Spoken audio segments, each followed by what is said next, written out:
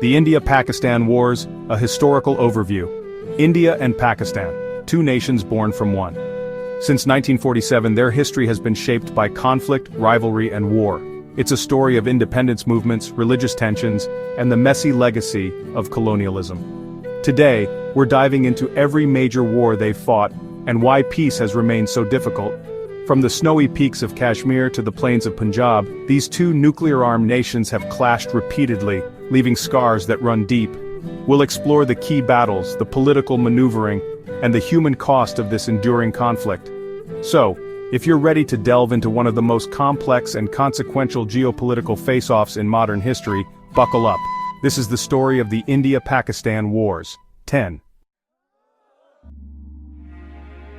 Alright, so picture this. It's 1947. The British Empire, that once mighty global power, is finally pulling out of India. Decades of struggle for independence have finally paid off.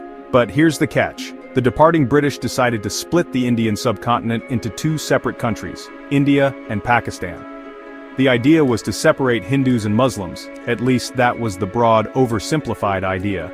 But like trying to neatly divide a pizza that's already been devoured by a pack of hungry college students, it gets messy, fast.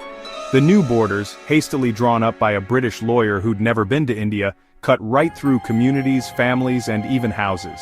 Millions found themselves on the wrong side of the line, leading to one of the largest mass migrations in human history. And if that wasn't bad enough, nestled in the Himalayas was this little piece of real estate called Kashmir.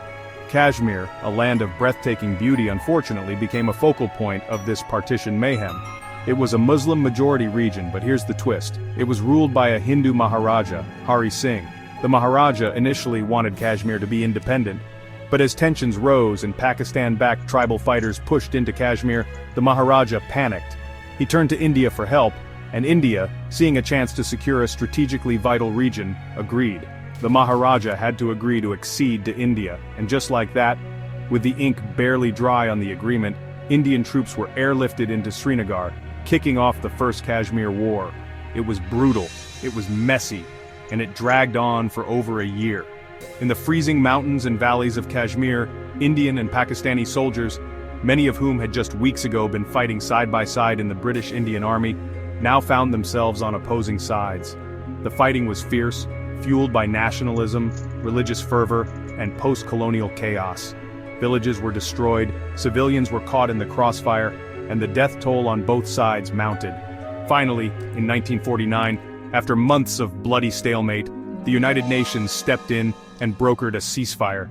The war ended not with a bang, but a whimper, leaving Kashmir divided along a jagged line known as the Line of Control. The year is 1965. The world's on the brink of a very different kind of conflict, the Cold War. The US and the Soviet Union are locked in a nuclear standoff, and everyone's holding their breath. But halfway across the world, in the subcontinent, another fire is about to be lit. Remember Kashmir, that unresolved issue from 1948? Yeah, it's back, and it's about to blow up again. Pakistan, convinced that the people of Indian-administered Kashmir were yearning for a chance to join them, launched Operation Gibraltar. The plan was simple, maybe a little too simple. Send in Pakistani soldiers disguised as locals to stir up a rebellion against Indian rule. The thinking was that the people of Kashmir would rise up, India would be overwhelmed, and Pakistan would swoop in and liberate the region. Spoiler alert. It didn't quite go according to plan. Instead of sparking a popular uprising, it ended up giving India the perfect excuse to launch a full-scale counterattack, and launch they did. Indian troops crossed the international border in Punjab, opening up a new front in the conflict. The Battle of Chawinda, one of the largest tank battles since World War II, raged for days. Meanwhile, up in the air, another drama was unfolding. Dogfights between Indian and Pakistani fighter jets became a regular occurrence, with pilots on both sides displaying incredible skill and daring. One name that became synonymous with this aerial combat was that of squadron leader Arun Keterpal of the Indian Air Force. Just 21 years old, Keterpal became a national hero for his bravery in the face of overwhelming odds. He was posthumously awarded the Paramveer Chakra, India's highest military decoration. But heroism aside, the 1965 war was a brutal affair. Cities and towns along the border were bombarded, causing widespread destruction and civilian casualties. The war also saw the use of propaganda and psychological warfare, with both sides using radio broadcasts to try and demoralize the enemy and rally support at home. After weeks of intense fighting, however, both sides were nearing exhaustion. Finally, on September 23, 1965, a ceasefire came into effect, largely thanks to the diplomatic efforts of the Soviet Union and the United States. The war ended with no clear victor, and the underlying issues remained unresolved. Chapter 3, 1971. A War for Independence and a Nation Divided, 1971. The world was captivated by the Apollo 14 mission, landing men on the moon for the third time. The Beatles had just disbanded, leaving millions heartbroken. But in the shadow of these global events, a human tragedy of immense proportions was unfolding in South Asia. This time, the battleground wasn't primarily Kashmir, but East Pakistan, thousands of miles away. East Pakistan, a land separated from West Pakistan by 1,000 miles of Indian territory, had always been treated like a neglected stepchild. Despite sharing a religion, the cultural and linguistic differences between the Bengali population of East Pakistan and the ruling elite in West Pakistan were stark. When a devastating cyclone hit East Pakistan in 1970, killing hundreds of thousands, the response from the West Pakistani government was seen as slow and inadequate, fueling resentment and calls for greater autonomy.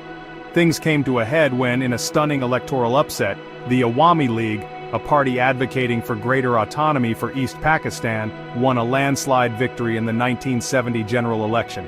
The West Pakistani establishment, however, refused to hand over power, and in response, East Pakistan erupted in protest.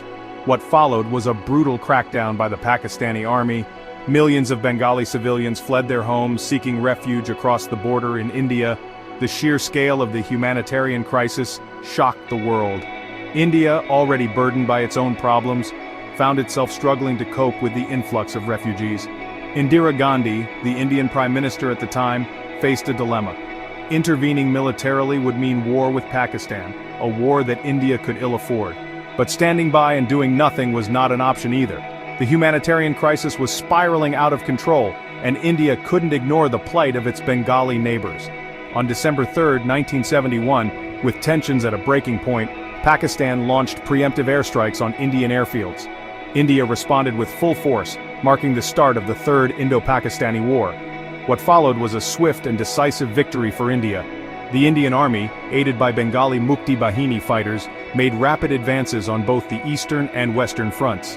On December 16, 1971, just 13 days after the war began, Pakistani forces in the east surrendered.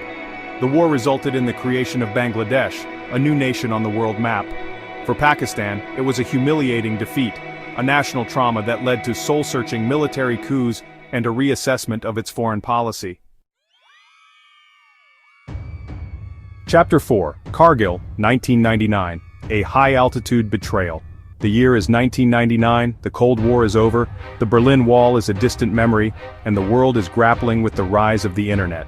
India and Pakistan, both now nuclear powers, are trying to engage in a fragile peace process. But up in the icy heights of the Himalayas, a dangerous game is afoot, a game that will once again push the two nations to the brink of war. The Kargil conflict was unlike any other conflict between India and Pakistan. It wasn't a full-scale war with tanks and fighter jets duking it out on the plains of Punjab. This time, the battleground was the inhospitable, treacherous terrain of the Kargil district of Kashmir, at altitudes over 18,000 feet. The conflict began in the spring of 1999 when Pakistani soldiers and Kashmiri militants infiltrated across the line of control, occupying strategically important peaks overlooking the vital Srinagar-Leh highway. The incursion caught India off guard. Both sides had an agreement not to occupy those positions during the winter months because, well, it's just ridiculously cold and dangerous. So India had pulled back its troops, assuming Pakistan would do the same. But Pakistan, it turned out, had other plans. The initial response from India was slow and inadequate. The infiltrators were well entrenched, and the terrain was incredibly challenging. Every inch of ground had to be fought for, often in hand-to-hand combat, in the freezing thin air, where even breathing was a struggle. But as the scale of the Pakistani incursion became clear, India responded with Operation Vijay, a massive military operation to evict the intruders. Thousands of Indian troops were airlifted to the region, and what followed were weeks of intense fighting. Artillery guns roared, helicopter gunships pounded enemy positions, and young soldiers, many of whom had never seen snow before, found themselves battling not just the enemy, but also the harsh conditions. The Kargil conflict was also notable for its media coverage. For the first time, a war was being beamed directly into living rooms across India, with 24/7 news channels showing images of the fighting, the casualties, and the heroism of the soldiers. This constant media attention had a profound impact on public opinion, whipping up nationalist fervor and putting immense pressure on the government to deliver a decisive victory. Internationally, Pakistan faced condemnation for its role in the conflict. The Kargil conflict officially ended in July 1999. Since 1999, India and Pakistan have avoided full-scale war. But make no mistake, tensions remain dangerously high. From the deadly standoff at Siachen Glacier, to the 2001 Parliament attack, to the 2016 surgical strikes, and the 2019 Pulwama attack and Balakot airstrikes, the rivalry is alive, and always just a spark away from ignition. For over 75 years, the India-Pakistan relationship has swung between cold hostility and open war. The main battleground, Kashmir, the main victims, civilians, soldiers, generations. Today, nuclear weapons on both sides make the cost of conflict unimaginable. And yet, peace remains elusive. Understanding this history isn't just about the past, it's about recognizing how fragile peace can be, and how important it is to keep working for it.